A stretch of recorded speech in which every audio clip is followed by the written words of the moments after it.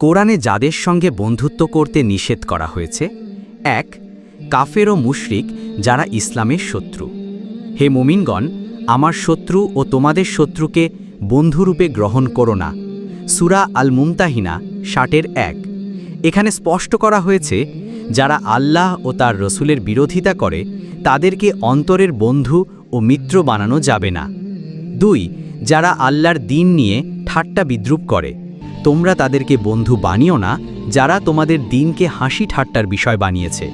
সূরা আল মায়েদা ৫-৫৭। অর্থাৎ যারা ইসলামকে উপহাস করে তাদের প্রতি হৃদ্যতাপূর্ণ বন্ধুত্ব রাখা নিষেধ। ৩. মুনাফিকরা অর্থাৎ কপট বিশ্বাসী। মুনাফিকরা বাহ্যিকভাবে মুসলিম হলেও অন্তরে দ্বীনকে অস্বীকার করে। কোরআনে বারবার বলা হয়েছে তাদের সঙ্গে আন্তরিক বন্ধুত্ব করা মুমিনদের জন্য ক্ষতিকর। সূরা আন-নিসা ৪-১৩৯ এবং ৩৯। ৪. ইহুদি ও খ্রিস্টানদের মধ্যে যারা ইসলামের শত্রুতা করে। হে মুমিনগণ, তোমরা ইহুদি ও খ্রিস্টানদের বন্ধু করো না, তারা তো একে অপরের বন্ধু। তোমাদের মধ্যে যারা তাদের বন্ধু গ্রহণ করবে সে তাদেরই অন্তর্ভুক্ত হবে। সূরা আল মায়েদা ৫-৫১।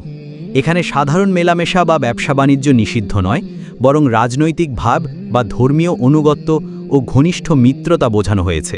সংক্ষেপে, কোরআনে যাদের সঙ্গে বন্ধুত্ব করতে নিষেধ করা হয়েছে তারা হল আল্লাহ ও রাসূলের শত্রু, যারা দ্বীনকে উপহাস করে, মুনাফিকরা, ইসলামের শত্রুভাবাপন্ন ইহুদি খ্রিস্টানরা, কিন্তু ইসলাম অন্য ধর্মাবলম্বীর সঙ্গে ন্যায়, সদাচার ও মানবিক সম্পর্ক বজায় রাখতে অনুমতি দিয়েছে।